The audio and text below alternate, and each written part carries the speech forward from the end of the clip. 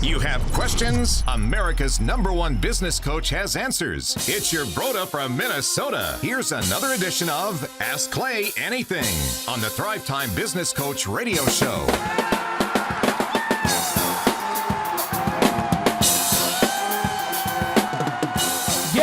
Yes, Dr. Z, it is always ecstasy when you are next to me. How was your weekend, my friend? How was the weekend? My weekend was fun, but the most fun I had was picturing you on that big cruise ship, just wondering what kind of mischief you were getting into and how many stressful situations you encountered. I have a few highlights. Because I know you. People tend to stress you. I have a few highlights that happened that my wife can verify. Okay.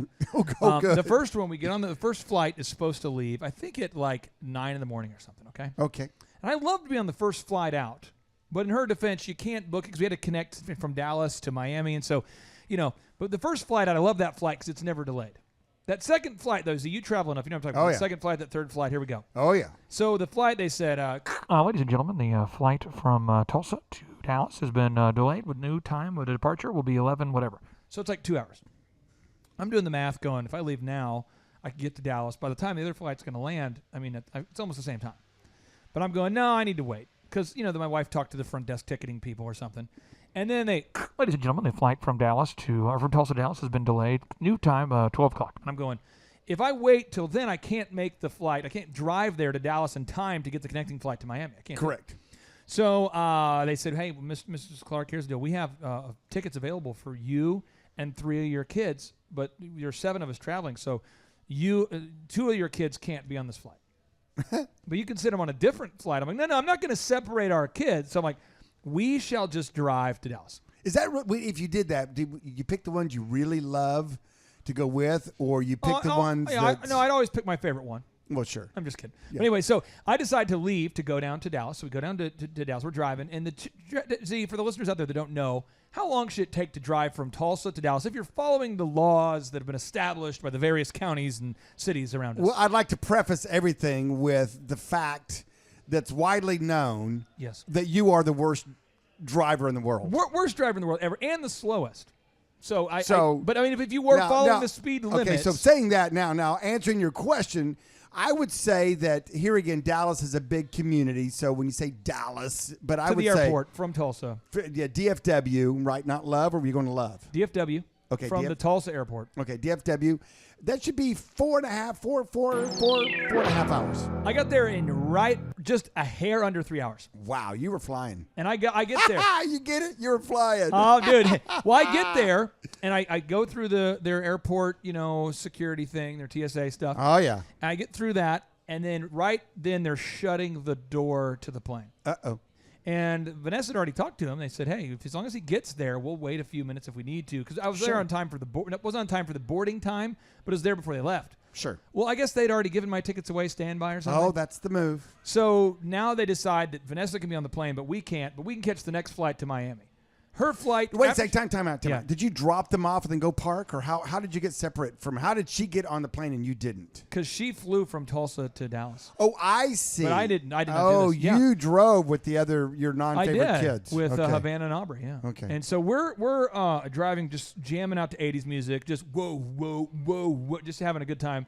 And Aubrey didn't like it, but I was having a good time. I just stay awake, Sure. So anyway, so we're they say we can't get on the plane. So Vanessa gets on the plane. They go out on the runway and attention passengers will be taken off on we are approximately the time of arrival should be. Something happens, ladies and gentlemen, mechanical failure. We're going to This need is your to. captain. So they taxi I back in. should have drank so much of that cough syrup. Sorry about Unbeknownst to me, Vanessa didn't take off. Oh, wow. So now she's scrambling on the airport trying to find me. Anyway, 9 o'clock, we meet up. We discover each other. There she is at the airport. You do the slow run to each other. Yeah, and so what happens is we end up, we have audio actually of us meeting at the airport. It's incredible. I see her. She sees me. Slow motion. I'm just like, you have on your little white shorts, your tank top. Yeah, it's anyway. So we end up getting to a place where we finally can take off. At 9 o'clock at night or something. We get there. We get into Miami around 1 in the morning or something. The ship itself, it's a beautiful ship, Royal Caribbean ship, But I guess that family reunions, it's a big thing for people to have family reunions. And some families are huge. You got hundreds of people. Oh, yeah, yeah. And so there's hundreds of people wearing like red shirts running around. Sure. And there's hundreds of people wearing Miami high school graduation shirts. Okay. And they had little themes on their shirts that had curse words on their shirts. Oh. Just spelled out, Well, sure. So you might say like class of 99, woo! There says, you could say ship, yeah? Yeah. But it's kind of like that. But they were clever. And so they had these shirts running around, and it was like a rap video was being shot on the boat. That was half of the audience was the rap video. You should have felt right at home. And the other half was like the rednecks from from the fertile regions of the Coweta boundaries in Oklahoma, and people who had maybe hadn't brushed their teeth. They hadn't brushed their tooth in the last couple decades, and they were on the. It was a beautiful time. Certain smells I discovered. It was a truly incredible time. Wow. And, I got a chance to see Did a guy. you pay extra for that? I saw a guy who was intoxicated laying on the floor in a glass elevator before noon. Nice. I mean, well, how That's much hard to do. What time are you starting there, buddy? Wow. What's the early? I mean, I was probably a little hair of the dog from the night before. I would imagine. I mean, I'm so guessing. that was our trip, and then on the way home, we got stuck because some woman said that she was being taken advantage of, and she got taken. So she announces to the flight attendant, she goes, "I've been taken." And stewardess, she's right in like the movie. She's Taken? seated right behind me, and she puts her hand, hits a little button. Boop! This is we're about ready to take off. We're already pulled out of the runway. She goes, You're on the runway. Excuse me, stewardess. I have been taken advantage of. Okay, and I demand as my right to get off this plane. I bought a ticket to St. Louis, and I didn't buy a ticket to Dallas. And they're like, well, ma'am, you bought a ticket to Dallas, and there's a connection to St. Louis. Are you aware it's a connection? You're going to be in St. Louis tonight at 7:30, but it's not a direct. And she goes, I've been taken, and I want to exercise my right. Sure. So she just demands to get off the plane. There's 400 people on a 777 who've been waiting all day with a delayed flight. And I don't know what happens, but when I get in small crowds, I start to actually get spasms. Oh, yeah. So I get a full-grown back spasm, and thankfully Wendy gave me an ibuprofen or something. But, I mean, I have had some serious, it's crazy. It's the worst thing ever. But anyway, the kids had a great time. They've now got the chance to discover what it's like to be in a bus station. Yes. And at sea. And it was a truly remarkable experience. So that was the summary. My wife told me that after our vacation. What was the high point? The high water mark? My favorite moment was when my wife said to me getting the plane on the way home, she says, after this vacation, I need a vacation. Your wife said that? Yeah, she goes, let's not do this for a couple of years. I'm like, yes.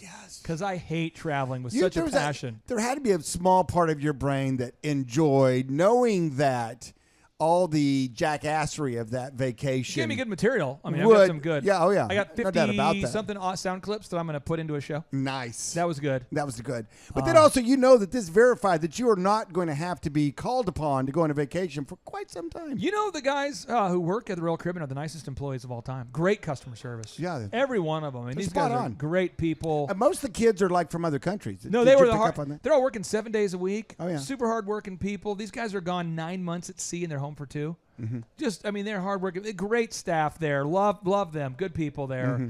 All my flight attendants on American Airlines were very nice.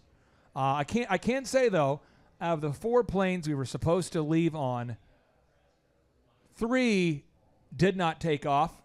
3 of the first 4 for American Airlines, and I always think that's kind of a downer when you're in the business of flying from A to B, yes. and 3 out of the 4 times that the passenger boards the plane does not take off. I think that's always a little bit of a downer. So, big thumbs up to our good friends at Royal Caribbean. Yes. Big thumbs up to you guys. Big thumbs up to American Airlines, the flight attendants. Big mega points for you, but big downward arrow for whatever's going on at American Airlines. It makes you go. I don't know. So many canceling. You fly all the time. How often does it happen? Is it a third? Is it a half? Unfortunately, when I fly Southwest, it's very, very seldom. Southwest is I'd say about 95%. Right. Yeah, about that. What about American, though? I mean, it's almost 50-50 anymore. I mean, it's crazy. Their website, though, it's called AA.com, and their new slogan is, we'll drive you to drink. AA.com. We'll drive you. That's good. I think it's a great slogan. A lot of people are like, why are you here? How did you become an alcoholic? I used to travel a lot. I used to travel a lot. And American Switch Airlines, over to Delta. Do you know what they do every time they're delayed? What? They give you free drinks. Oh, well, there you go. Seriously, the guy was like, "Sir, I always get this cranberry vodka when I get on a plane. Oh, I know. get 2. That's my move. Tito's. I know. Every time I get on there, they don't do Sky. They do Tito's. I go in there, I get 2. And the guy was like, "Here you go. Give me a collection." And I'm like, Santa? Santa? Well, I'm just saying, I mean, gosh, I've been offered more free alcohol from American Airlines because they always want to make it right. And I'm like, you can keep the alcohol and just get me on time. Yeah, because I've got to drive home, and now I can't even drive. So anyway, now that we've got into my vacation, now we're going to ask you anything, Z. So we have Julia here we go. All is right. on our staff. Let me tell you about her. She started off on the search engine team over there working at Make Your Life Epic, doing search engine articles for clients. And did a very good job. Accurate, Nice. fast-paced, hard-working lady. Nice. Her uncle is a former client, good guy. And so we promoted her to be an assistant manager, elephant in the room. Nice. Doing a great job there and is en route to being able to coach some one-on-one clients. Doing very well. Wow. Julia, how long have you been on the team here? Going on 4 months. 4 months. Okay. Wow. So 4 months in, 120 days in there. What questions do you have for Dr. Z? Well, I want to preface with, Steve Jobs says he is just as proud of everything that they haven't done or that they've said no to as much as he is that they have. Mm-hmm. So for you have multiple businesses in all kinds of different industries. This is why Thrivers love you. So tell us, how do you know what to say no to, or what kind of filter or gauge, or how do you piece this in your mind? First of all, if it's not any energy that I started, in other words, if someone's cold calling on me, that's a 99% no. I'm going to say no just because it sounds good. His default is no, by the way. Yeah, default is no. Which, by the way, that is rare, and that is an action item for somebody out there. What you do, and my wife does this. She says, kids first. My wife's very much husband first, kids second. That's what she does. Everything else is so. If anything gets in the way of those things, she'll go, no. What was that again? Yeah, no. No. She's very quick to no. That's a big moment. That's a big change your default to nosy. That's huge. And a lot of people have an issue with that, but saying no because they feel like, because they look at that other person and they see the disappointment on their face, or they hear it in their voice, or anymore. I guess you can sense it on a text message or an email, right? And you're just like, oh, I'm so sorry. Okay, I'll do lunch with you next week. I don't want to, but I'm going to. And then you're sitting there the whole time for lunch going, why did I say yes? Why am I here? And then all of a sudden that leads to the next meeting. The next thing, pretty soon now all of a sudden you've bought something from this person you don't want to buy. And now they're having to come and service it every month. And you're just like, oh, how did I get caught in this trap? Well, you get caught in the trap because, quite frankly, you don't say no. And you need to say no early on. Now, when it's something that I'm driving the energy, when it's something that I need to have done for my benefit, for my business's benefit, for my family's benefit, for whatever benefit I deem worthy, then I am going to be very creative. If I get a no, I'm going to keep at it. And so I'm not saying you're not persevere through a no, but I'm saying if you're not saying enough no's, you're wasting a lot of your time. You're letting other people fill in your calendar, fill in your agenda for the day. So I could see that, and I love that about Steve Jobs when he says, listen, my no is powerful, and what I have not done has led me to all the great things that I have done. Because if you're spread out too much and they've got 100 things on the developmental pipeline, it's hard to really be focused on what's really the next move for Apple. Where do we really want to go as a company? And so, even the CEO, even the boss, you have to be able to say no, even though it may seem like someone's really passionate about it. I ran into a young man the other day. Clay loves this story. And he was here shadowing, doing something. He was in the room for a reason, and I'm sure he's a fine young man. Fine young man. Fine young man. Beautiful man. Yes. And I'm leaving the studio, and I'm headed out to my car, and I get the, hey, Z, Dr. Z. And so, you don't want to be rude, but you always sometimes want to use the phone method, right? You know the phone method? What's that? The phone method is when you're going to walk through a gauntlet of people that somebody is going to want your attention. You do the old phone to the ear, right? Yeah, check that voicemail. You do the old phone to the ear, and you give them a nod, and you give them a happy smile, but you just keep walking. Another right? move that Z does, he's very good at establishing when this meeting has to be over before it starts. Right? Which is great. So if you meet someone for coffee or for lunch, he'll go, "Hey, I really appreciate y'all. You got me until 4 o'clock. What do you got?" Yeah, what do you got? And so you got my undivided attention right now. Go at your time. But this young man asked me, hey, can we do lunch? I just really would like to, I mean, basically saying, I really would like for you to hang out with me and get to know you, and you speak into my life, and you seem like such a nice guy, and I mean, I want to, pick me, and I looked at him and I said, what's your name? He said again. I said, well, it's nice to meet you, but no, we're not going to do lunch. Have a nice day, and appreciate you asking, and see you later. And I walked on out, and you would have thought that I taken his puppy and gone outside and ran over it with my car. Let me tell you something that Z has done to me that's horrible. This is no. terrible. I'm going to keep this audio clip, and then I'm going to give you just a second. I got to get. You have routinely let me know that you are not a big fan of who I believe to be one of the greatest actors in American history. Wait a second. Let's think about this. We have Jerry Seinfeld now. It's recently been disclosed he's now worth over $900 million for syndicating his material. Now, approaching him and that net worth is Adam Sandler and his deal with Netflix. Now, I'm going to keep this audio, and you can please, after I play it, I'd like you to explain to me why you always say no whenever I'm like, hey, you want to get together and watch Sandler movies? Because it's always a quick no, but I just want to explain to you what about this incredible acting you could possibly, because it's almost hard to tell, is this Mel Gibson or is this Adam Sandler? Right, let me cue that real quick. Means to aggression. Now, is there anyone here that can tell me why most alligators are abnormally aggressive? I know the answer to this question. Raise your hand. Anybody? Anyone? Yes or you, sir? Mama says that alligators are ornery because they got all them teeth but no toothbrush.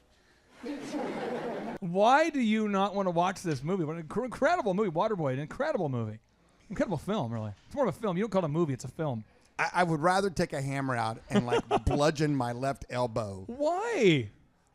Because it's nonsensical. It's not even funny. I mean, it's like, I got so past that in junior high school. It's okay. Let me cue up one more. Let me tell you something funny.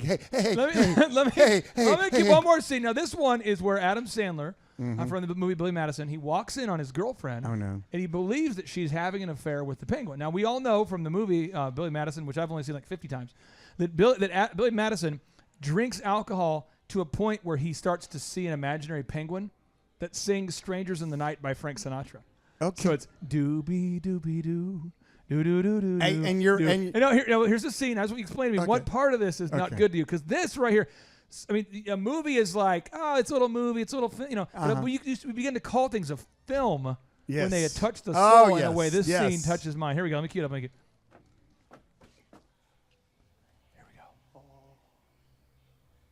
I see what's going on in here.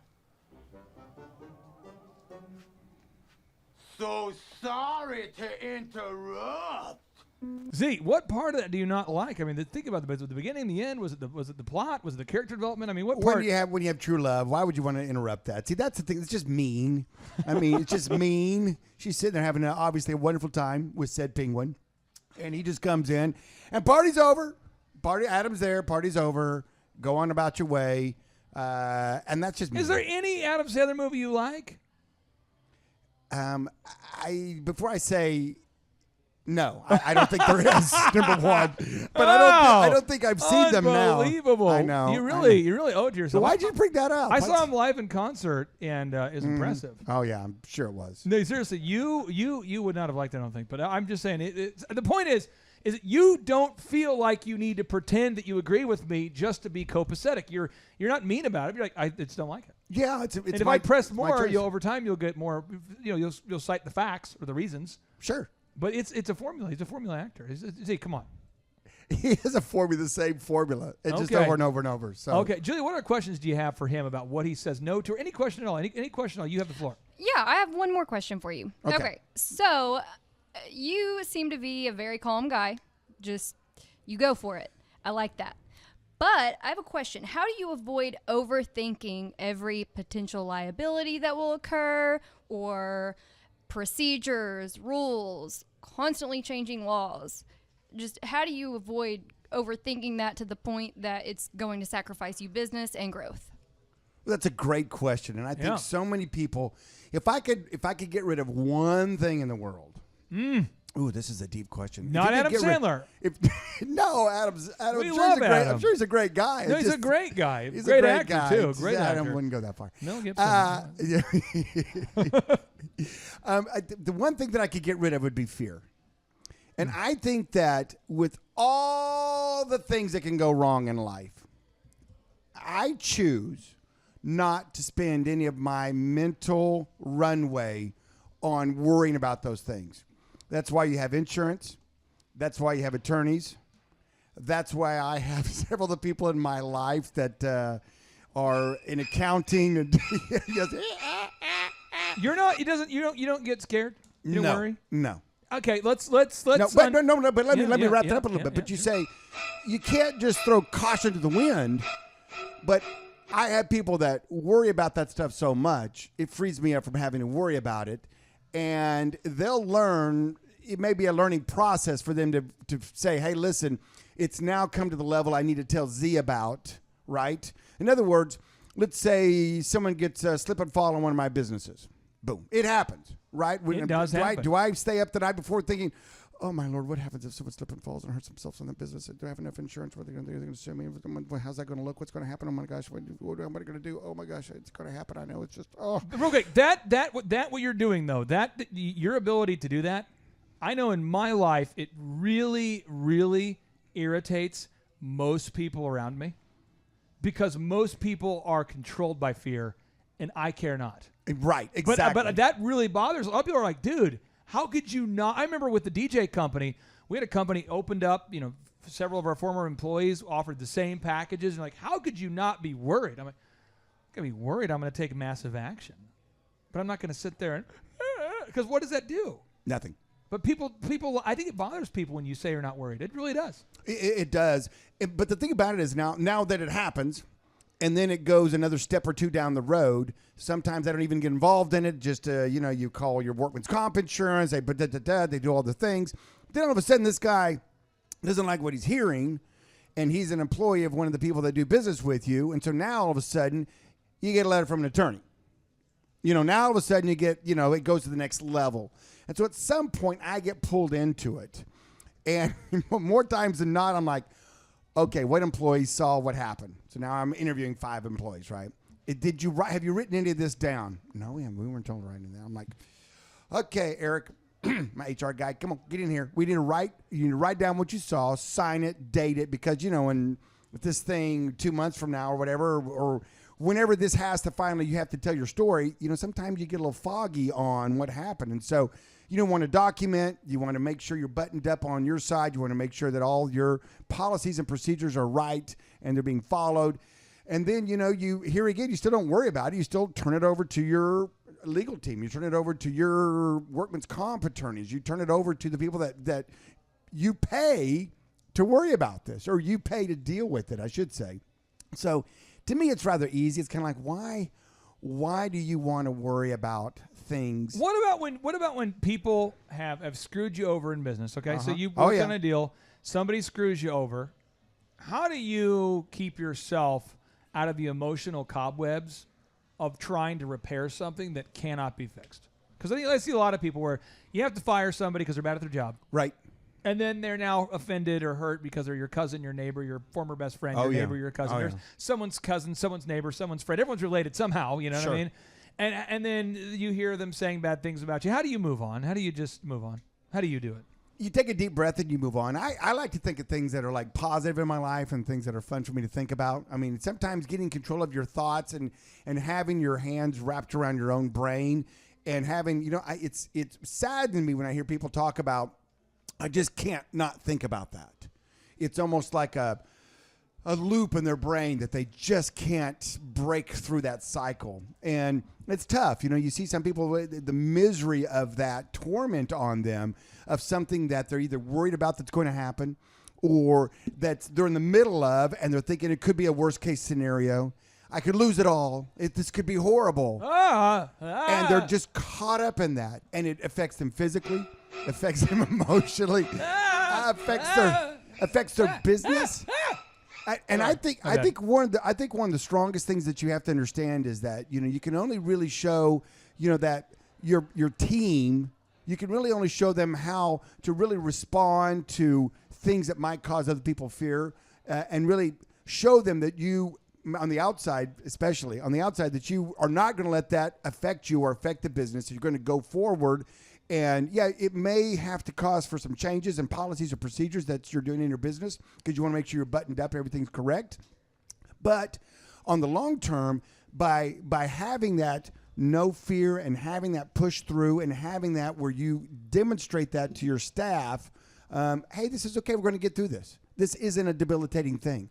It's going to be all right. We've got these people over here working on it, and they're professionals in that, and they're going to take care of it. You guys continue to do your job and not let that one bad thing, dictate your month-long activity. I mean, how is that you get 10 great reviews, you get one-star review, and that's the one that you lay there in bed, sitting there going, I can't believe they did that to me. I mean, we gave them even a free free cleaner for their glasses. And I think when people know that you freak out, I think what they do is they try to make you freak out more. Oh, yeah. So, like, Mr. Anderson, I think I've shared this story before on the show, but Mr. Anderson in Minnesota, what happened is they called it outcome-based education, and there's this new holistic approach to education when I was in school. Yeah. And they made you take archery classes and swimming classes. You had to do choir and band and all these various things in Minnesota.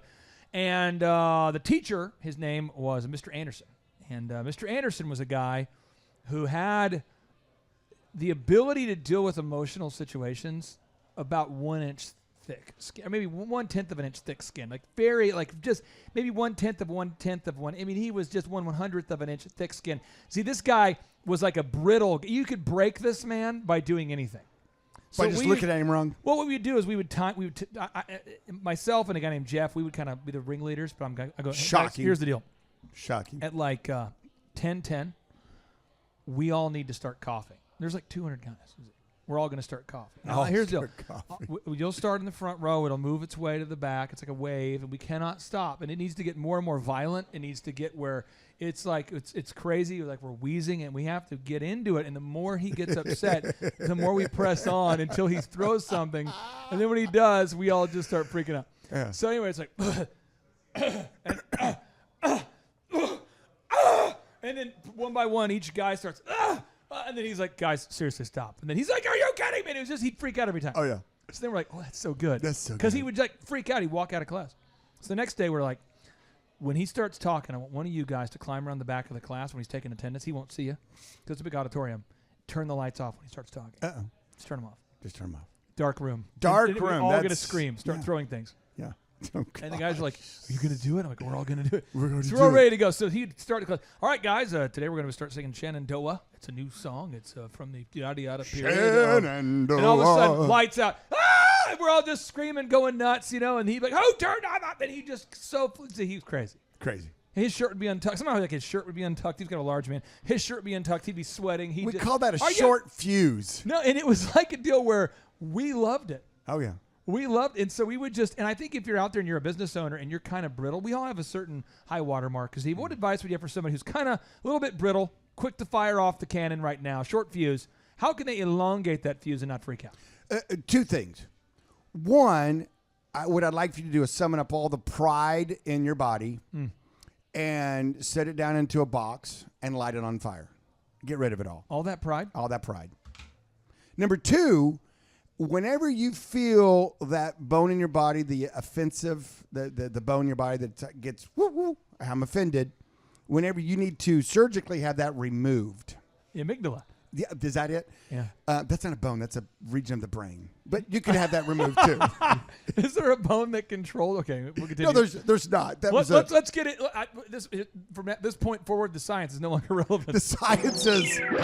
The point is don't be offended. I mean, everybody this day and age, you wake up in the morning, they're like, hey, I wonder how many times I'm going to be offended today. I mean, because that's the move, right? I was on the cruise, and there was a group of people telling white jokes, like just loud white jokes, and I actually think they're kind of funny. Sure. Because they're based on some element of truth. Sure. So, I think I could have been offended. I probably could have. But there was like really, really, because they had like, dance parties on the boat and stuff.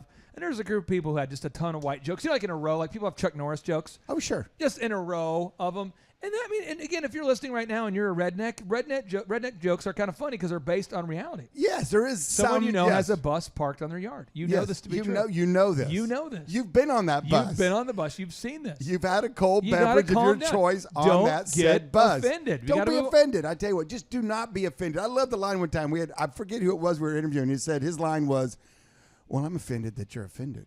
I mean, that was his line. See, I have an audio clip of a bus driver that was easy to offend here. Let me cue this up here, and let me get this queued up Throw here. your sandwich at the bus driver.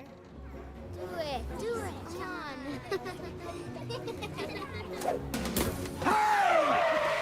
Hey, who threw that? See, when you get that kind of reaction, don't you almost have to throw something else? See?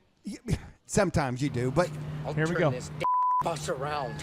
That'll end your precious little field trip pretty quick, huh? don't throw the sandwich if you want to go on the field trip. Here we go. Hey, I'm trying to score points with a teacher today. Unbelievable. But I'm just saying, we've all seen that scene. Chris Farley's freaking out. But you see, I mean, you just don't want to be that person. You don't want to be that person, and you want to be slow, very slow to anger. And I know that's easy to say, and particularly in this day and age. Don't freak out! We've got so many things out there that are kind of pulling and pushing and prodding on us, and we're under a lot of stress, which is really we got to get something done in a certain amount of time. We're busy, and someone cuts you off, someone does this. I mean, you can just feel your blood pressure rising. You get the red in your face, and you're just ready to. It's a fight and fight or flight. I'm going to fight. No. But just take a deep breath and realize it's going to be okay, and forgive yourself for being mad when you shouldn't have been. Forgive them for making you mad, and just learn to go through life with this thing of where you're going to think about it and be calm, and not be all worked up about something. Do you have still the call? If people call 918-460, that's the official office number, right? 918-460 461 918-461-2020. It's home with a $99. You get your first pair of glasses, your exam. Yep. $99. You go 918-461-2020. And do you still take calls where because I think I have audio of you doing a therapy session with a Thriver recently? Yes. Can I cue that up here? Oh, absolutely. We had a Thriver who's stressed out. They called the helpline. Yes. 918-461-2020. I love doing this. They asked for Robert to get through. To get through the front desk, you usually just ask for Robert. You're in. Bob. You asked for Bobby. And this was your last therapy session with a Thriver. Good. Oh, perfect. Great audio. A lot of pressure. You got to rise above it. You got to harness in the good energy. Block out the bad. Harness, energy, block, bad. Feel the flow happy. Feel it. It's circular. It's like a carousel. You pay the quarter, you get on the horse. It goes up and down and around. Circular, circle. With the music, the flow. All good things. All good things. All good things, baby. Now, Z, we're going to ask Julie. Julie, do you have any final question for Dr. Z before we give Wendy the mic? Let's give Wendy the mic. Oh, Wendy's going to have the mic. Now, Wendy, a little commercial for Wendy. Coming in hot. Wendy has been working faithfully with Elephant in the Room for a couple years, and did a really, really good job at the store level managing a store. And see, that means she has about 1,200 members she has to manage. Wow. And she's managing all the employees and all the stylists. And she has expressed an interest of wanting to move beyond a manager level and to eventually consult with clients. And so she has begun the path. She's learning the search engine moves because you can't teach it if you can't do it. Come on now. Wendy, welcome onto the Thrivetime show. How are you? I am fantastic. It's great to be here. Thank you. All right. So, Wendy, what questions do you have for Dr. Robert H. Zellner and Associates? All right. So now that you have so much that you've accomplished, I know you have so many businesses that you're partners with Clay and on your own, and they're all successful. They're all doing great. What is your next goal? What else do you want to do? Wow, that's a hot question. See, we don't get that question asked very much. Well, no, I've got a few businesses that are queued up. I'll tell you off air what they are, but Okay. they're in the what I call NQ. I just opened up some new businesses 2 months ago, and got the second location opened up. And Doing very well. And that has some vertical integration. I'm going to continue to kind of work in that. But then I've also got the next one lined up, and quite possibly the next one after that lined up. Okay, so you're just going to continue to grow and develop more businesses instead of saying, okay, I've hit a point, I'm done, I've had enough, and now I'm going to go live on a Jamaican island It's somewhere. fun for him. Oh, no, I want to do both. I want to go start a new business and hang out on a Jamaican island. Okay. I mean, they're not, and that's the thing about, they're not, they're not, what's the word I'm looking for? They're not. I would say they're not mutually exclusive ideas. Okay, there we go. I'm going to say this. I mean, if I had to do, this is my, let me give you a Z 1.0, notable, quotable from your head. Okay. We'll stamp this as the first 10 years of business. Okay. And then I'll do Z 2.0, next 10 years, now Z 3.0, my opinion. Okay. So first Z 1.0 was, I think Z did whatever it took. That's 1.0. So what, 7 days a week for how many years, buddy? Couple 3. Yeah, 7 days a week, working 7 days a week. That's like whatever it takes. And Z, I believe 2.0 was, I'm going to do whatever it takes, but I am also going to have fun when I get in the end zone. I think that was probably 4 or 5 years into the business. You were very intentional about having fun and doing whatever it took, right? I mean, Correct. doing that.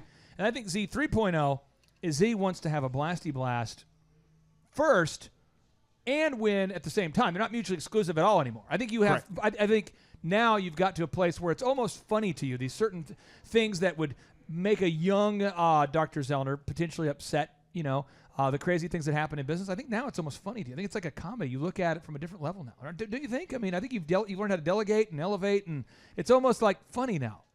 I mean, you're right. I mean, a problem that, it's like I tell people the analogy. I love analogies. It's like when you have a 2 or 3 year old daughter and she can't find her favorite Barbie doll or her favorite doll. And the world is ending as we know it for her. Been there, done that, got the Yes. T-shirt. There you go. And so then it's so funny because that's her perspective. And no matter what you tell her, no matter what you do, short of producing said doll immediately to her, because you as a parent know everything, right? You're omnipotent when it comes, especially to the household. And then what's so funny is no matter what you can do, that's the meltdown's going to happen, and the world is ending as we know it. And then you tack on a few years. It's amazing. Then all of a sudden it's like, remember when you had that tantrum about couldn't find your Barbie? And they're like, yeah, that's so silly. Our perspective changes as we get older, and we understand that that's not that big a deal. You know what? The world didn't end. And I found something else to play with, and life did go on. So it's just that perspective of life and going through. And I guess for me, even though I'm 54, it's kind of like I feel like I've been through so many of these kind of experiences in life. As an example, an employee tries to extort money from you. Like as an example, Z has had multiple times where somebody knows they're in a crisis situation where they're short-staffed, and they will approach you with a demand for a ridiculous raise at the very moment when you need them to do their job. Oh, absolutely. It happens a lot, though. It's a move. They smell weakness. They say, hey, look, man, Z's one manager short, so I'm going to go in there and I'm going to pretend like I'll say, hey, I got another opportunity. Now, if I could double my wage or go by 40% or some crazy number, they know you can't make money at that level. They're going to say, I have to leave. All the time. You've seen it's like a move now. You've seen the move. I know the move. And now how do you handle that move? What's your move to handle the move? I smile real big and I said, well, absolutely. Yes. I think about giving you a raise. The shark only attacks the fish that's bleeding. You do know that, right? I mean, so when you're bleeding, you can't go around and say, why is the shark trying to bite my rear end? Because that's what they do. So I smile and go, oh, you bet. And you want that better schedule? Well, I don't know why you're working on Saturdays either. Come on now.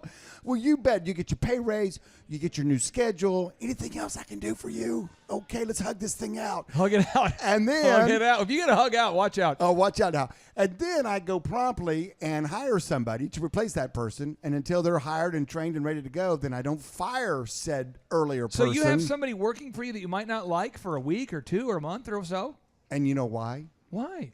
Because I don't want to get down there and do the work that I'm paying them to do. That's what you do. That's my choice. I could. But a younger you might have let him go because you were mad. Oh, yeah. And then you'd be working you throw 7 days a week. punch them, you wrestle them, you get them down. See, that's a move you had to teach me. I'm like, you are literally having someone who works for you right now that makes you crazy. You've told them about it. You're not blindsiding them. You've told them it bothers you. Oh, yeah. But now you're going to literally give someone that you can't stand a raise? Absolutely. 2 weeks before you fire them? Absolutely. It's impressive. Well, because here's the super move.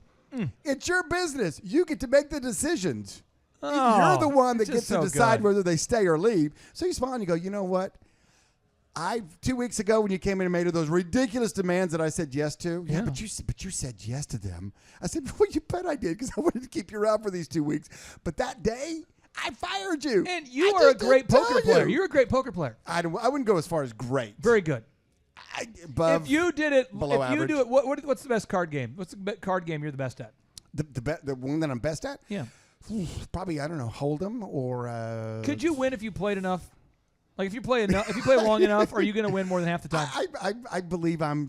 You have a poker face. I have a poker. I don't know if it's a very good poker face, but I have a poker face. Yes. But you could win more often than not if you play long Yes, enough. Right? I'm going to help you with your story. Yes, when you I'm play a great cards, poker do player. you normally Yes. come out ahead? I always win. I never lose. No, I mean I know you. I know. But I'm saying when you go to Vegas, do you usually come out ahead or break even?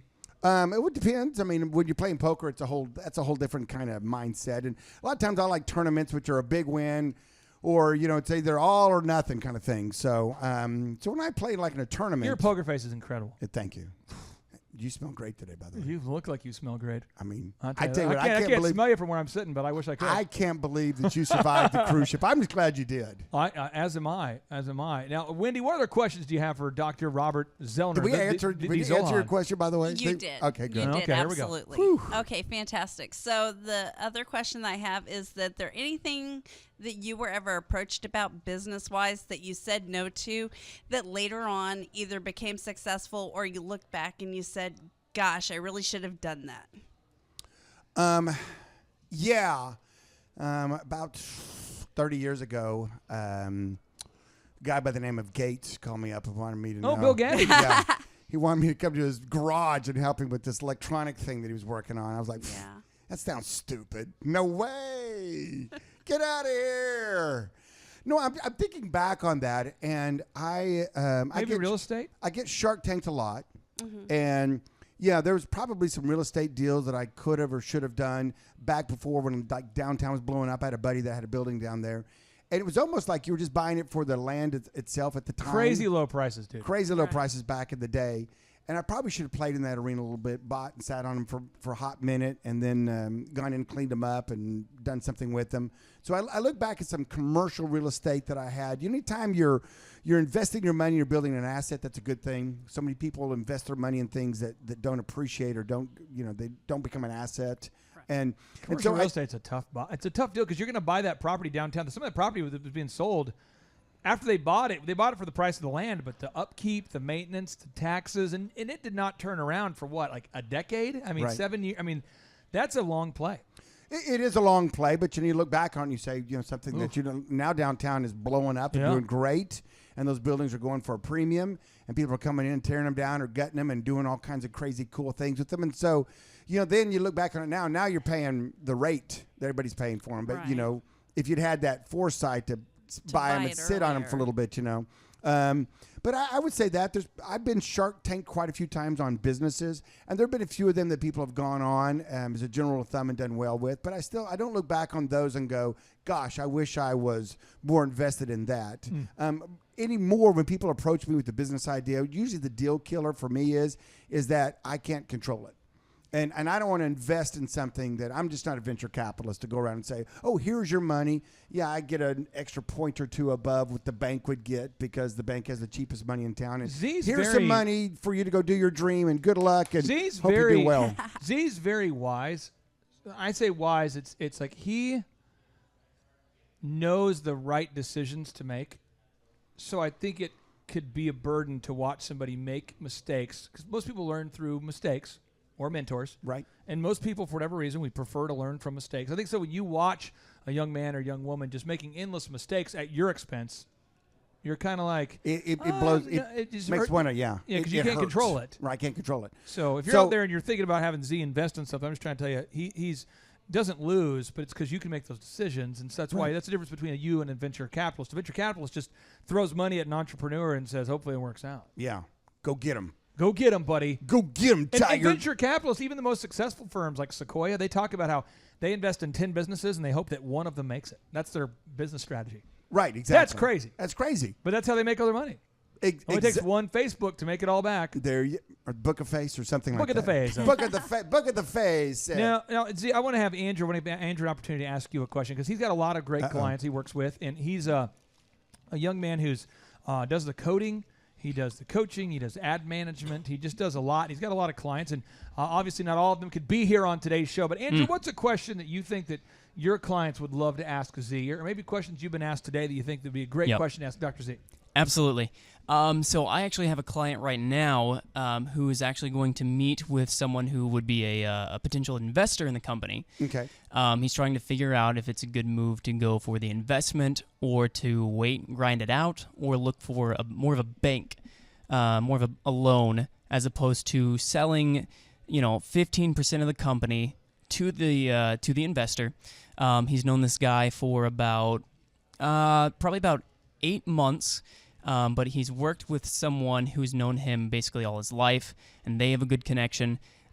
So he's trying to figure out, should he invest, or should he take on an investor? Should he just wait, grind it out, or should he look more towards like a bank?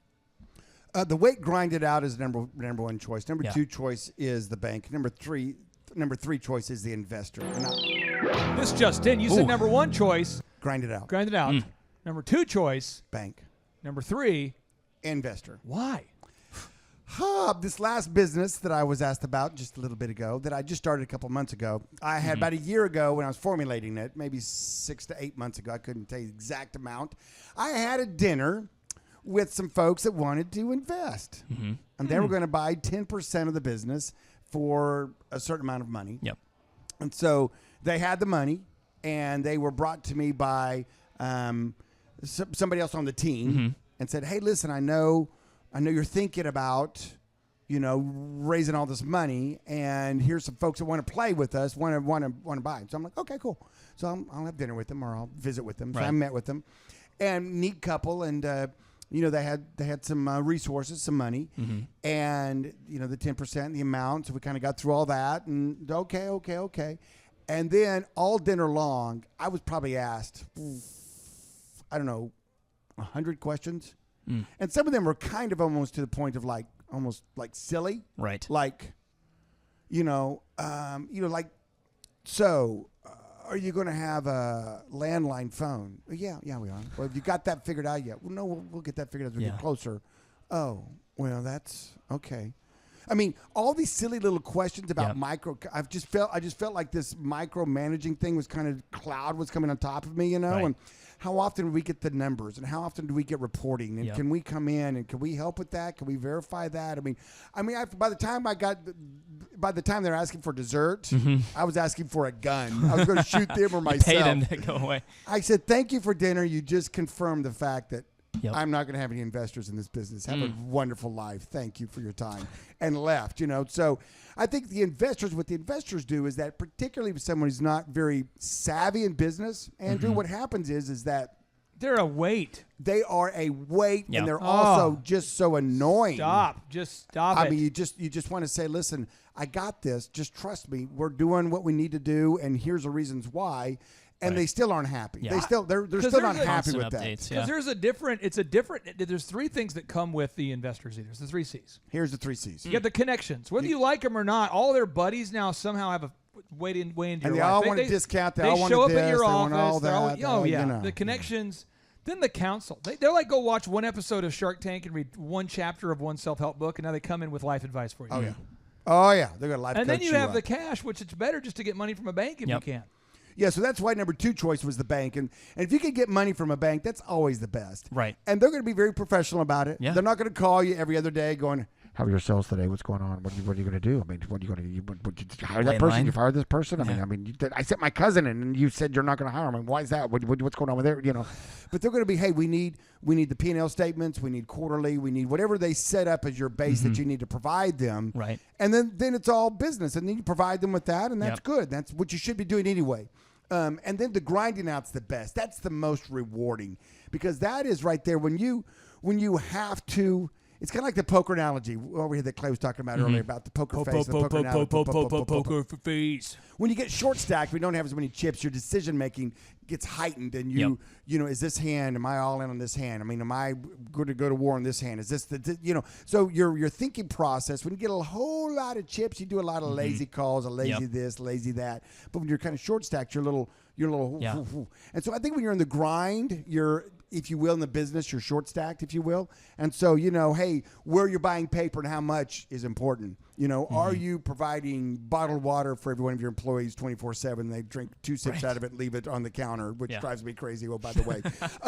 So in other words, you kind of make more decisions based upon that you don't have a fat account in a bank sitting there just waiting for you to blow through some cash. Yeah. Right. You know. Yeah. I think it keeps you leaner, it keeps you meaner, and it keeps you more on track with your business. I really do. Yeah. And so that grinding it out is very rewarding. Plus, that also implies that you're having to give it more. You know, you're having to be in there. You're having to, I don't just have a bank back account. I'm going to hire a manager and go to Jamaica. Right? I mean, that's a choice. People want to do. Right. Yep. And so, you know, you're the manager and you have to get in there and grind it down. When you finally build it up and it ramps off and you're multiple locations, you're franchising, you've got it busy, you've got it, you know, a bunch of employees, you've got it dialed in, your procedures, your protocol, and now all of a sudden you can go, you know what, now I can step away a little bit at a time and not have to be in the grind of it. So that's why that's always my first choice. Bank money, cheap money, second choice, and investors at a distant third. Especially if it's your Uncle Carl. It's related, yeah. When it's an Uncle Carl run. Z, we had a Thriver out here who writes, he says, what are your thoughts about business plans? Obviously, you don't need a formal business plan to buy a lawnmower and cut grass. I wanted to know your thoughts on this. What I did to make your life easy, Z, is I broke down from the book called Pitching Hacks, written by Naval Ravikant, the founder of Angel List.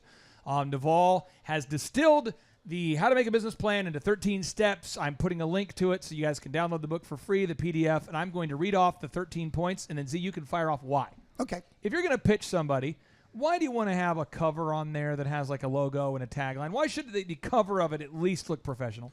Well, because it exudes, it shows that you are a professional. I don't know how many people look at a logo, look at branding, and make up their mind right then and there. They look at the front page or the first half of the front page of a website and determine whether or not this is some hokey deal or not, or it's really legit. You know what's funny? It's kind of like with our Thrivetime, business umbrella that we do here. How many people have called us over the years, and now I guess 4 years we've been doing this, and say, "Are you guys really legit? Are you guys really?" I mean, are you Dude, guys you know what's crazy? If you're out there listening right now, I want to help you help me on this. I've had Julia answers the phone call, so she probably deals with it more than I do at this point. Abby does as well. People will ask that all the time. Are you guys legit? Have you? And I always tell them, just come to Tulsa, book a ticket to the conference. Listen, I promise you, I'll upsell you nothing. And if you leave us a review on what you've heard so far on the show, I'll give you a ticket for $37. Just come here. $37. So a lot of people. We've had people from Canada. We had people from Florida. We've had Australia. We've had California. Guam. I remember Guam. I've had people come here on like a Wednesday or a Thursday, and they'll just go to our companies, trolling out, getting a haircut. Oh yeah. Trolling around at Getting Region a new Bank pair of to see Ray-Bans, if the bank you invested in is real. Yeah. They're over there looking for, you know, somebody's trolling out when they're looking for durable medical equipment supplies off the street. You know what I mean? Oh, yeah. So, but they'll go to Daddy. spy on they want to know if you're real, if Sure. the companies are real. And then once they know that we're real, it changes the conversation. But that cover, do not be rejected. Don't allow your book to be rejected by the cover. Now, move number 2. You got to have a quick summary, Z, an elevator pitch, 1 page or less. What's this thing? Why do you have to have a quick summary if you're going to pitch to a wealthy person? Get to the point. Come on, baby. Get to the point. Come on now. How are we going to make money with this? That's Get to the bottom point. line. See, people don't want to get to the point. They want to ramble on and on and on. No. Preach the good news. You about can't getting to ramble. the point. You can't ramble. Why? I'll tell you what. You may say, my cover of my book is not important because it's what matters on the inside. But I tell you what, Shunda. in life, every book, whether you like it or not, is judged by the cover. Preach. So you got to have a good cover. Oh. And then on that first page, you got to get to the point. Point. You can't dilly-dally around. Got to get to that point. You got to just, how are we going to make money? How are we going to make that money? How are we going to continue to make money? How are we going to continue to make that money? And what are we going to do with that money? Write that down. Somebody should write that down. That's good stuff. Why don't you slap 3 That's friends? good All stuff. right, slap three friends. Okay, so Z, summary. Now the team, point 3. Why do you want to list on your pitch deck, your business plan, who's on your team? Why do you want to list the specific people's names? Here's the deal. It's so important, the people you have gathered around you. I tell you this right now, Andrew, I could say, hey, what are the 5 friends that are closest to you, that are around you the most, that they have total access into your life, and that will define you as a person. True. So, and the business, the people you have gathered on your team are going to help define that business. And when you've got rock stars and studs on there, I guess you have rock stars and you can make good music and whatnot. Yeah. Why is Daryl drunk? We can't we can't detail a car, but we can sing about it. Yeah. Oh man. Okay. Yeah. No. Hey man. But the better quality team you have on there, and you don't just talk about their credentials. You talk about their a little bio, a little quick, who they are and why they're on your team, and that is very powerful because now all of a sudden the person looks at it and goes, "Oh, wow, that's cool. You got a CPA on your team. That's impressive." The 12 variables you got to have here. So 1, you got the cover. Yep. 2, the summary. Yep. 3, the team. Yep. 4, why do you have to explain the problem? See, the actual problem that you're solving. Why is that so important? Because here's the deal: if there's no problem to solve, then you're just kind of having fun with some product. You have to find it. The more intense and the more life-changing that problem is, the more likely you're going to have those emotional buys. You're going to have that rocket. Have I told you about the power washer? Explosion of business. Have I told you about the power washer? No, you haven't told me. There was a guy who called. People were on the outside of the website. I kind of envisioned them knocking on the door, and then we opened the door, and I don't really know what to expect, and you probably don't know what to expect. Hopefully you know what to expect about us because you've read reviews, you've looked online, you've looked at photos, you've looked at videos. Sure. But this guy opens the door. One of our sales associates picks up the phone, talks to this guy for about a half hour. Wow. Okay. And Eric and I did the call together. It was beautiful. And I listened to the calls. I always listen to the calls to make sure we're on the same page. And this guy has a power washing business. Okay. And this is his model. He knocks on your door. Hey, hi. Is the owner of the home here? Is he going to play? Yes. Okay. Now imagine this actually happened at your house, okay? Okay. I was in the area power washing some houses. And typically we charge $300 to power wash a house, or whatever the number was. It was $300. But if you'll prepay for the year, we'll do it for half off. So today you'd be walking out, you'd be looking at $900, $900 up front to prepay for your power washing for the year. Or 100, or be 150 times 12 should be 1,200. He had it kind of polished, but it'd be like $1,600. Yeah. Okay, yeah. So it's normally $300 per power wash, but we'll do it 12 times a year. If you prepay, it's $1,500. Now this guy, every person he talked to said no. Now, can you please? You've never met this man. You don't know this story. Maybe he still listens to the show. Can you please explain why door knocking on the homes of wealthy people and asking someone you just met to prepay $1,500 for a monthly power washing is the reverse of a no-brainer? Can you please explain why he had 0 sales in years? I know why he had 0 sales. Why? Because everybody saw him as a scam artist. Right. And nobody wanted to prepay for house cleaning or house power washing. I talked to the guy and I said, so you're telling me the biggest issue you have, I said, have you power washed in the past? He goes, yeah. People pay me like $300 one time. And it's always like a one-time deal. And people don't ever call me but like twice a year. And I'm like, so what do you want to do? He says, I want to do automated recurred revenue like your elephant in the room where it's recurred revenue. So what I want to do is I want it to where they pay up front and it's a monthly thing. And you could only get that after you get the golden look. He has it backwards. He's making the ask before he gives the presentation. So he said, hey, is the owner there? Hi, I'm actually a power washer. And I was power washing your neighbor's house. And we do our first power washing for $1. Would you be okay if I power washed your home for $1? There you go. And then after I power washed your home, I show you, do a little quick inspection, take 5-10 minutes. Are you happy, Dr. Zellner, with the service? Absolutely. You did a great job, buddy. Well, hey, if you want us to, how many times a year do you power wash your house? Once a year, twice? How often do you power wash? No, you don't do it then. You don't do it then even. No. You don't Come do on it. now. You don't Prepay. do it then. Come on. We have one availability. Okay. No, yeah. Act now. I'm going to go talk to my manager because we have one availability. I tell you what. I'll see if I think we're sold out. Where did he get it wrong right there? I like you. Why can't you move in that close? Where we get it wrong right Yeah. Well, here's the deal. No, what you do is you book them for their next power cleaning. Oh, you book the next one. You book the next power cleaning. Okay. You book it. You say, listen, a house this size, a house of whatever. I mean, let's get you booked.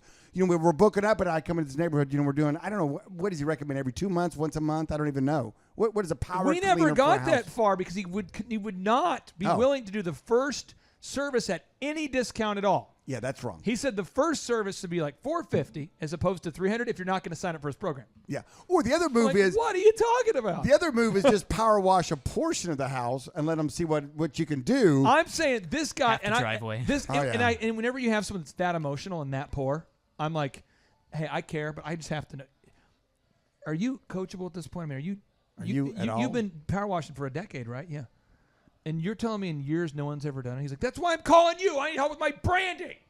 Frack. And Eric and I were like, whoa. Yeah, I mean, you you just got to move on.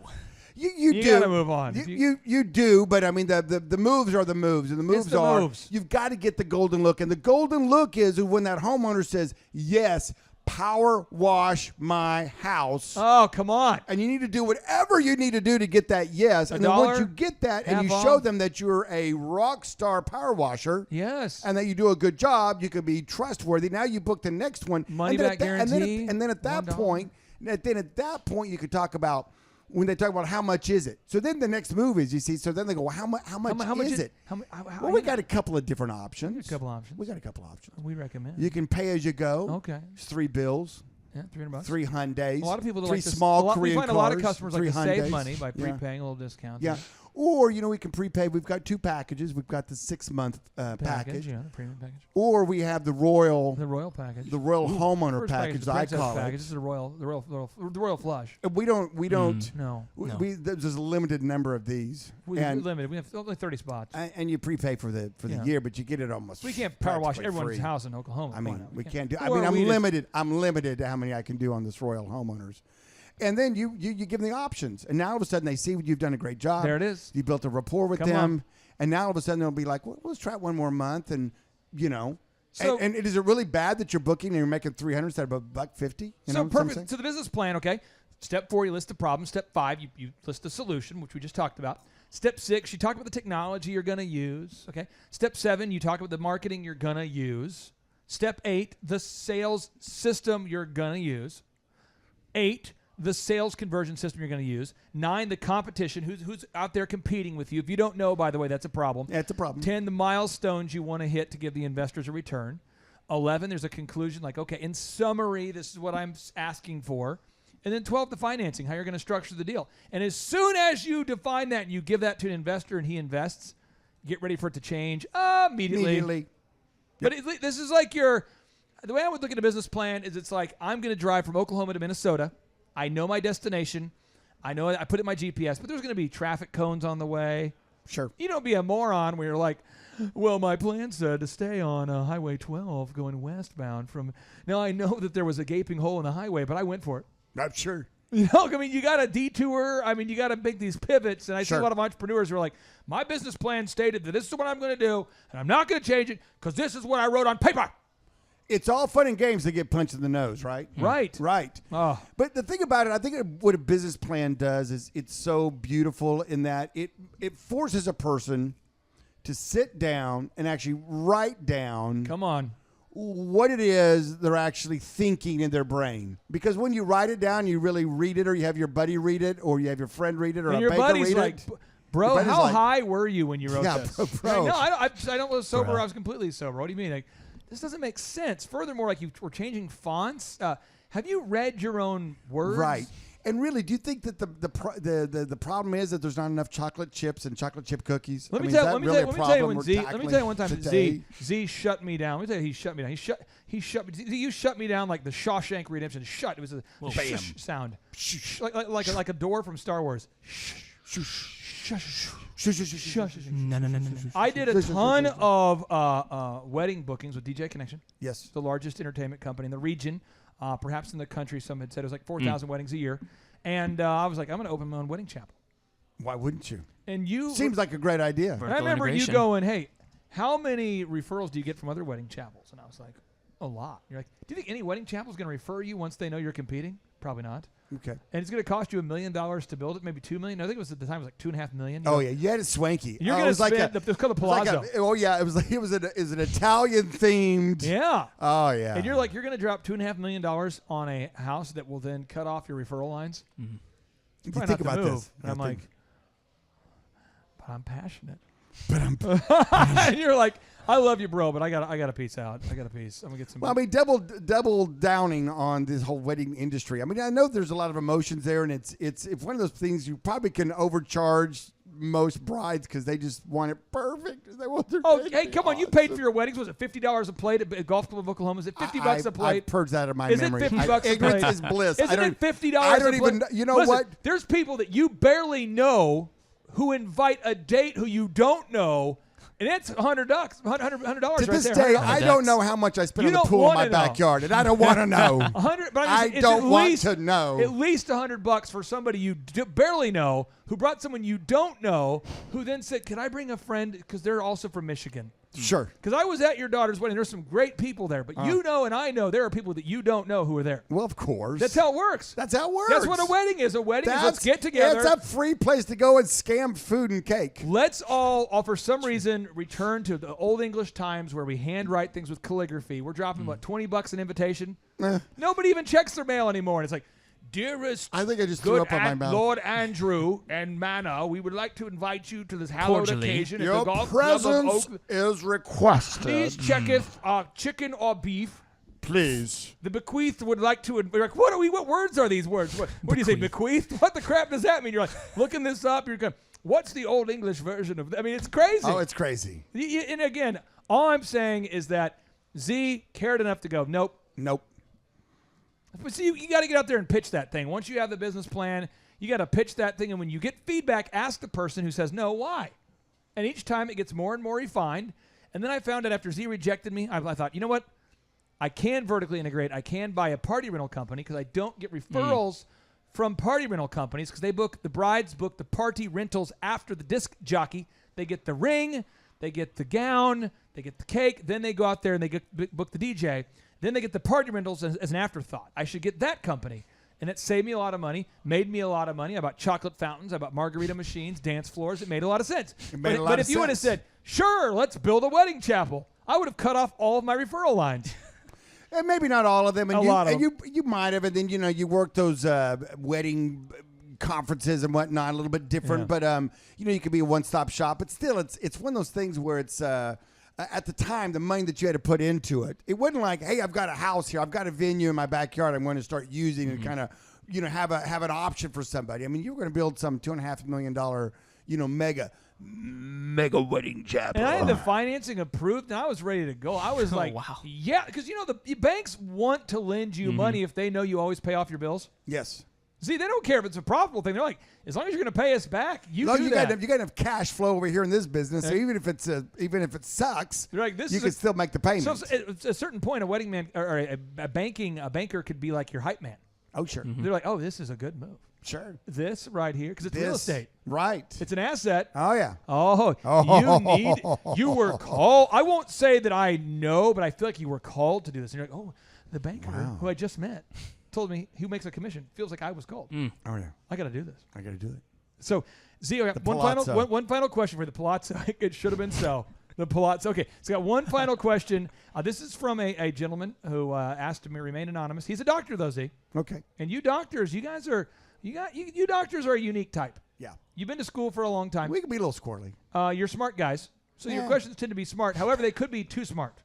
So this is the question. He says he wants to provide a cash-based medical service for patients who donate to a specific charity. So if a patient donates a certain amount to a specific charity, I guess then he will treat them at a discount maybe. It says, I want to provide a cash-based medical service for patients who donate to a specific charity. Specifically, I want to direct the profit to a charity, but need them to pay for the cost of goods. Can I ask the patient to donate a specific amount to the charity, then pay me for the cost? Or do I need to just collect the full amount and donate the profit through my company? Z, does that make any sense? Choice B. I mean, it's just crazy. You have passions out there, and you have organizations, and you have 501c3 companies that you feel great about, and you want to help them. Don't try to sell. If you're a doctor, sell being a doctor, but don't try to sell the fact that, you want to help orphans in Zimbabwe, which is a great thing to do. But don't make that to where I'm only going to see patients that want to help orphans in Zimbabwe. I mean, that's really limiting your potential patient list. And if you feel strongly about orphans in Zimbabwe, God bless you. Make a bunch of money on patients that whether they care about orphans or not, or even they care about Zimbabwe, or they even know where Zimbabwe is. And then once you make a fat amount of cash, you can go fly to Zimbabwe and say, hey, orphans, here's some money. And you can help them because that's your heart. Don't try to get your. Here's the thing: your business is your car, is your tool for you to make money. Now, once you make money, you do with it. You be a good steward of it. You do with that money what you feel like you need to do with that money. But don't try to sell your business. Don't sell what you want to do with the money that you're going to make off your business. So that's an easy answer. Charge them set fees. If you want to tell them, hey, listen, if they want to feel good about it, it's a move anymore with this social media stuff right now with these young kids. It's a move right now to let them know that you have some social aspect of your business. In other words, you're saying, hey, I'm going to help. My big thing is. Are you still donating to Z's Travel Fund? Yes, I am. It's a worthy fund. If anybody out there wants it's to, funded one optometrist this year who's been able to go to Vegas. He's been able to go to South America. I think not you, but the other optometrist. He's been able to go to Florida. All over. This one optometrist has done very well this year, and it's for as little as what? Is it $1,000 a day? You can support your very own traveling optometrist. Yes, exactly. For $1,000 a day. That's all we're asking. You'll feel good about it too. And you might partner up with a buddy, and he wants you to do 500 each, and that's okay too. He doesn't go on Facebook. No. You might post on LinkedIn occasionally, but usually you won't even see what you're getting. But it's not about seeing that. It's knowing you've happy. done the right thing, right? Right. So my point is, yes, have a charity, have something in your heart that you want to, use your hard-earned money to make the world a better place. Do that, but don't make your business reliant on people that also feel that way, because that's not what business is about. Business is not about trying to find, people that want to help, orphans in Zimbabwe and everybody else you don't care about. You're not going to give your services to. Give your services to everybody. And then, those that find out that you do it with that, you might find a little tribe or some people that are interested in that, or someone wants to tribe in Zimbabwe. That's what you did there. Tribe. But just do it like that. And I get this from my favorite CEO of all time, Jack Welch. Jack Welch. Whose picture's behind me, so I always like to kind of give him a little point. Let me cue my Jack Welch music. Whoa. Jackie. Big J, as I sometimes call him, or JW if we're having a happy hour beverage, if you know what I mean. Oh, waiter. Jack and I will be having beverages here. Jack wants a Jack. I'll be paying. Yeah. Okay. I'll be paying because I get the privilege of hanging out with J-Deb. Okay, I'm trying to make it awkward. And he had some employees approach him and said, hey, listen, we need to make a light bulb that's green. And he goes, okay, tell me about that. They go, that's a good idea. We've got the design. Give me a... Oh. Thank you. We've got the design. We know what it's going to cost, but it's going to be 10 times the cost of a regular light bulb, but it's going to be green, and therefore we'll make the world a better place by selling this light bulb. Yes! Yes! Yes! And CEO Jack Welch says something to the effect of, that's foolish. We'll go out of business because no one wants to pay 10 times more for a light bulb and they want to flip a switch and have a light come on. So what we're going to do is we're going to sell a lot of these over here at the regular light bulbs. And then all the money we make, what you could do with your portion of your profit that you make off of it, you could go and help make the world a greener place. Now, somebody said, though, but Z, let's try to sell the ones that are 10 times as much. And I have audio of you because you didn't want Jack to lose his voice. Yeah. So you hopped in and you educated the confused Oh, you got that employees. recorded? I got that recorded. Oh, wow, okay. This is from really the early, I didn't know later you were 80s. there. You would have been at that age, late 80s. How old were you, 89? I was in my late 20s. You're late 20s. So this could have been you. Then again, it could not have been. I don't know. I mean, I just know that I was 9. The San Francisco Giants were playing. I know you record a lot of things around the world. They were playing, and I got this audio. Now, you kids are probably saying to yourselves, hey, I'm going to go out and I'm going to get the world by the tail and wrap it around and pull it down and put it in my pocket. Well, I'm here to tell you that you're probably going to find out as you go out there that you're not going to amount to jack squat. That was kind of intense. It was kind of an earlier you. Intense, yeah. That was before you 1.0. learned how to not fire off the cannon shots. But the kids got the message. They sure did. I'll tell you that. They got the message. Whoa, hey. And GE made it, and they made a profit. They made a lot of profit. There we go. He increased the business by 4,000 with the idea of what's best for the business. And then what you do is you don't get the emotional, social thing that you want to do with the profit tied up in the business. Have your business, make your money, and then go take your money. And if you want to do whatever you want to do with it, do what you want to do with it. Z, I appreciate you letting us interrogate you today, my friend. You had some great answers to some great questions. Yeah, they were all great questions. I'm going to have to go back and edit the show a little bit, take out a few choice words. You know, there's a few. I think Adam Sandler clips. I said a few. I got to do some editing. That's not surprising that you're having to edit Adam Sandler out of the show. That's not surprising at all. By the way, it just goes into my narrative. Great American poet. It just goes into my narrative of what I was saying earlier. So, what makes Adam Sandler, in your mind, better than Mel Gibson? Less Adam Sandler. Okay. All right. All right. Well, we want to end every show with a boom. I tried to bait him into it there. I saw that, yeah. It didn't work. It didn't work. He's a quick one. He's quick. How'd that work out for you? All right, here we go. Okay, here we go. 3, 2, 1, boom.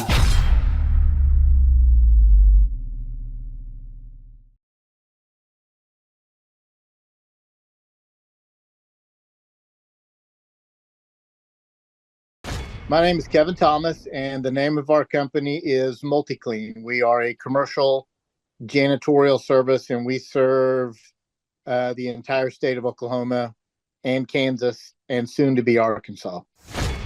We have probably grown 5 times. We've added, I think when we first started with you, we had 60 to 65 employees. And now we have a little over 300 employees. Before we got involved with Thrivetime, we didn't really have any systems or processes in place.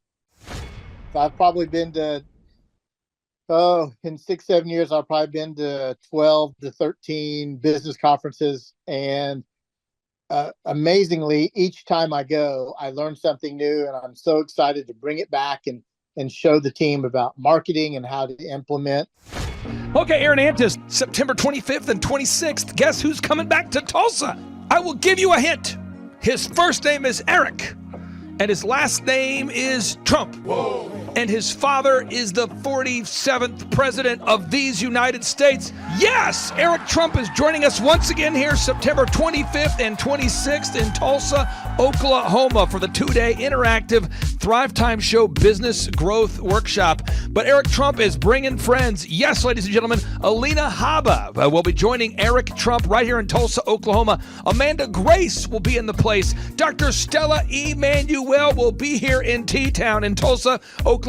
Julie Green will be on the scene. Mel K will be here to say hey. Dave Scarlett from the His Glory team will be here. It's going to be a blasty blast right here in Tulsa, Oklahoma. If you want to start or grow a super successful company, if you want to make your wallet great again or make your wallet great for the first time, if you want to learn marketing, systems, scaling, human resources, accounting, social media, branding, search engine optimization, sales training, financial management, and more, get your tickets right now at thrivetimeshow.com. Once again, that's thrivetimeshow.com. People don't know this, but the Trump organization has thousands of employees. There's not 50 employees. The Trump organization, again, most people don't know this, but the Trump organization has thousands of employees. And while Donald J. Trump was the 45th president of these United States, he needed a competent man to run and execute his business plans. Showtime! So the man that runs the Trump organization for Donald J. Trump, as he was the 45th president of the United States and now the 47th president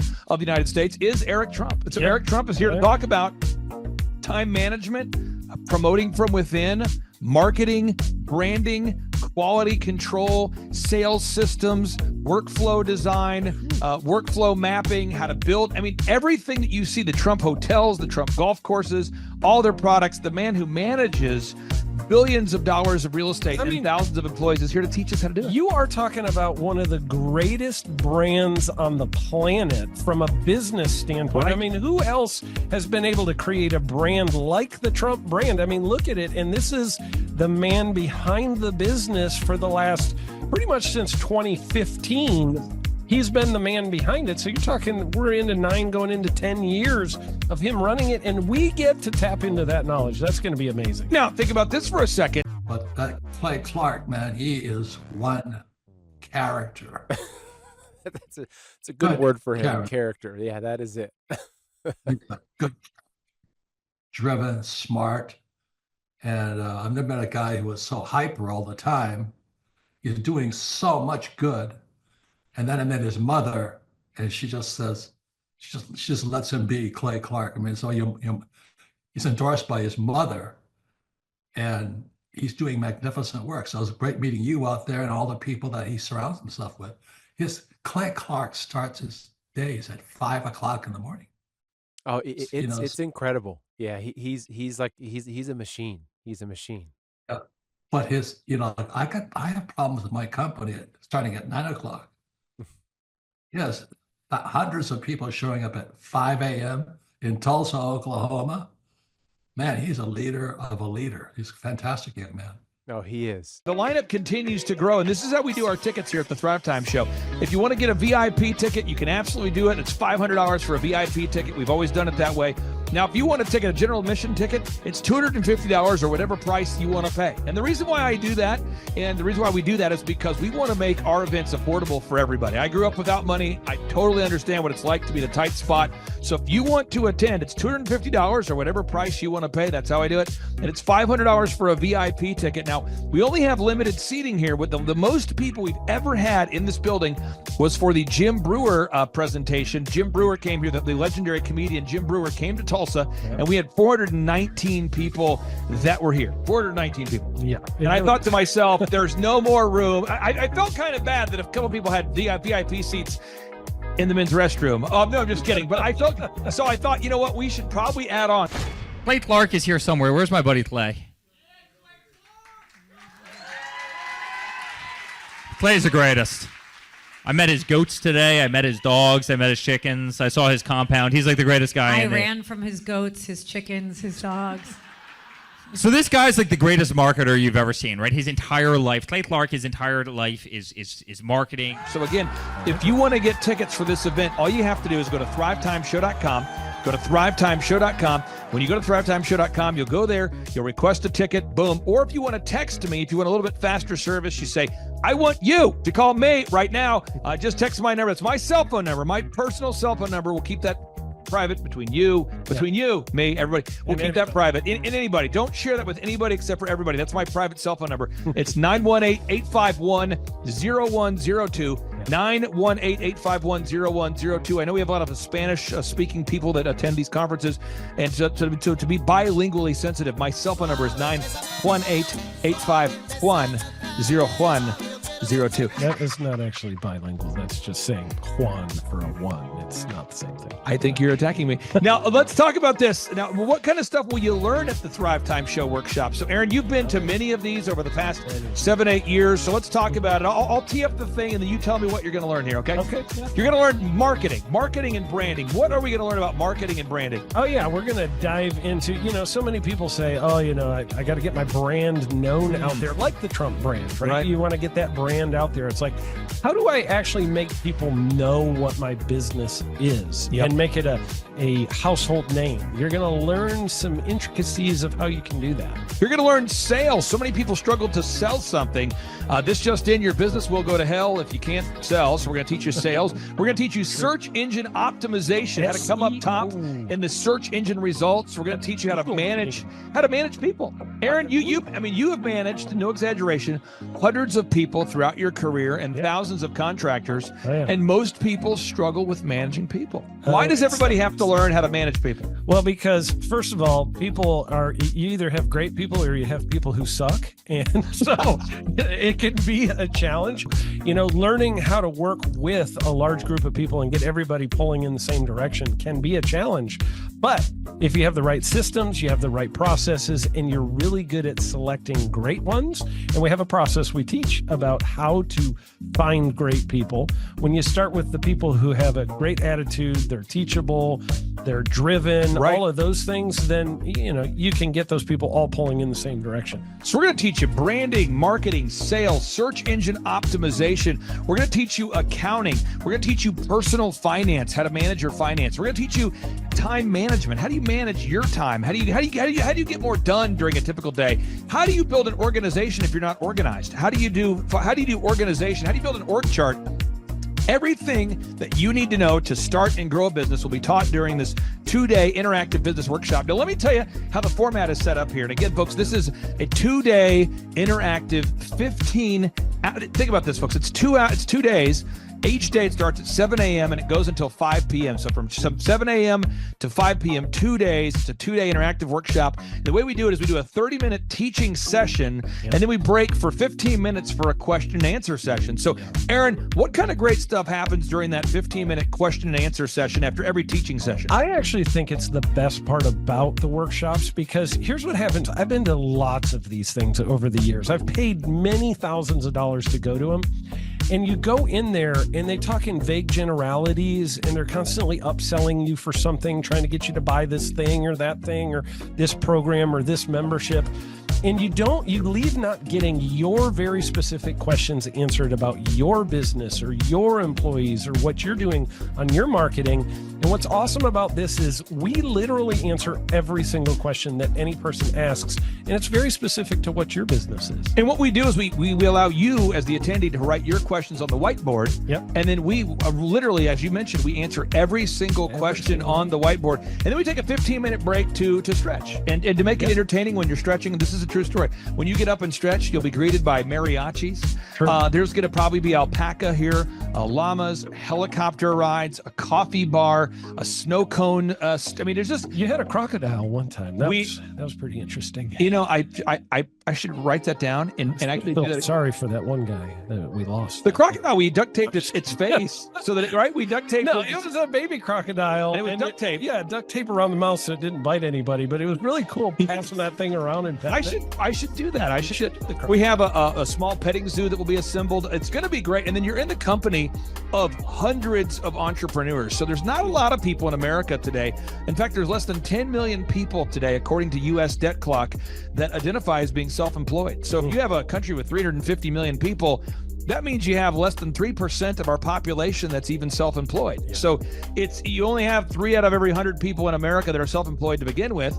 And when Inc. magazine reports that 96% of businesses fail by default, you have a 1 out of 1,000 chance of succeeding in the game of business. But yet the average client that you and I work with, we can typically double this. And this is no hyperbole, no exaggeration. And I have thousands of testimonials to back this up. We have thousands of testimonials to back it up. But when you work with a home builder, when I work with a business owner, we can typically double the size of the company within 24 months. Yeah. Double. And you say double? Yeah, there's businesses that we have tripled. There's businesses we've grown 8x. There's so many examples you can see at thrivetimeshow.com. But again, this is the most interactive, best business workshop on the planet. This is objectively the highest rated and most reviewed business workshop on the planet. I was looking to learn how to take my business, like they've said today, from being very successful to being systematic. I've got a very successful practice in 3 different cities, make good money. Just want to take it to the next level with systems and processes to where I can drive my cars more.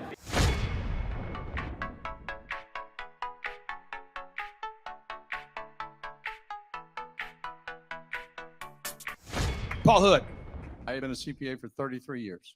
And what kind of growth have you and your great team had here over the past, let's say, 5-6 years? The last 5, when I met you 5 years ago, we were doing $3 million. This year we'll do $24 million. Whoa. And you say, Clay, I'm not going to get a ticket unless you give me more. Okay, fine. We're going to serve you the same meal both days. True story. We cater in the food, and because I keep it simple, I literally bring in the same food both days for lunch. It's Ted Escondido's, an incredible Mexican restaurant. That's going to happen. And Jill Donovan, our good friend, who is the founder of Rustic Cuff. She started that company in her home, and now she sells millions of dollars of apparel and products. That's rusticcuff.com. And someone says, I want more. This is not enough. Give me more. Okay. I'm not going to mention their names right now because I'm working on it behind the scenes here. But we've got one guy who's given me a verbal to be here. And this is a guy who's one of the wealthiest people in Oklahoma, and nobody really knows who he is because he's built systems that are very utilitarian, that offer a lot of value. He's made a lot of money in it's where you rent. It's short term. It's where you're renting storage spaces. He's a storage space guy. He owns what do you call that? The rental, a storage space. Storage units. Yeah. This guy owns storage units. He owns railroad cars. He owns a lot of assets that make money on a daily basis, but they're not like customer facing. Most people don't know who owns the mini storage facility, or most people don't know who owns the warehouse that's passively making money. Most people don't know who owns the railroad cars, but this guy, he's given me a verbal that he will be here, and we just continue to add more and more success stories. So if you're out there today and you want to change your life, you want to give yourself an incredible gift, you want a life-changing experience, you want to learn how to start and grow a company, go to thrivetimeshow.com. Go there right now, thrivetimeshow.com. Request a ticket for the 2-day interactive event. Hey, how's it going? I'm Thomas Crossan, owner and founder of Full Package Media in Dallas, Texas. I've been a coaching client with Clay Clark since the beginning of our business. We started about a year ago, August of last year. I had no clients, no idea what we were doing, no clue really what was going on. And now we've grown to where we've got 6 photographers, we've got office space here. I have an admin, sales person that works for us full time, developing an online system, and a lot of that growth we attribute to Clay helping us. And there's so many things that, his stuff is not revolutionary. It's not this crazy walk on hot coals and all this stuff. It's just real stuff. It's going to be a blasty blast. There's no upsells. Aaron, I could not be more excited about this event. I think it is incredible. And there's somebody out there right now, you're watching and you're like, but I already signed up for this incredible other program called Smoke Your Way to Thin. I think that's going to change your life. I promise you this will be 10 times better than that. It's like I picked the wrong week to quit smoking. Don't do the Smoke Your Way to Thin conference. I've tried it. Don't do it. Yeah, chain smoking is not a viable. It is life-changing. It is life-changing. If you become a chain smoker, it is life-changing. Not the best weight loss program, though. Right, really. So if you're looking to have life-changing results in a way that won't cause you to have a stoma, get your tickets at thrivetimeshow.com. Again, that's Aaron Antis. I'm Clay Clark, and reminding you and inviting you to come out to the 2-day interactive Thrive Time Show workshop right here in Tulsa, Oklahoma. I promise you it will be a life-changing experience. We can't wait to see you right here in Tulsa, Oklahoma. Whoa. What kind of growth have you had since you and I have been working together over these past few years? 3.45 million. I got those stats before I got on here. So you've grown by 3.45 million. Yeah, 3,450,000. Would that be like if you took the combined revenue and maybe doubled it? Have we gone up by about almost 3, not quite.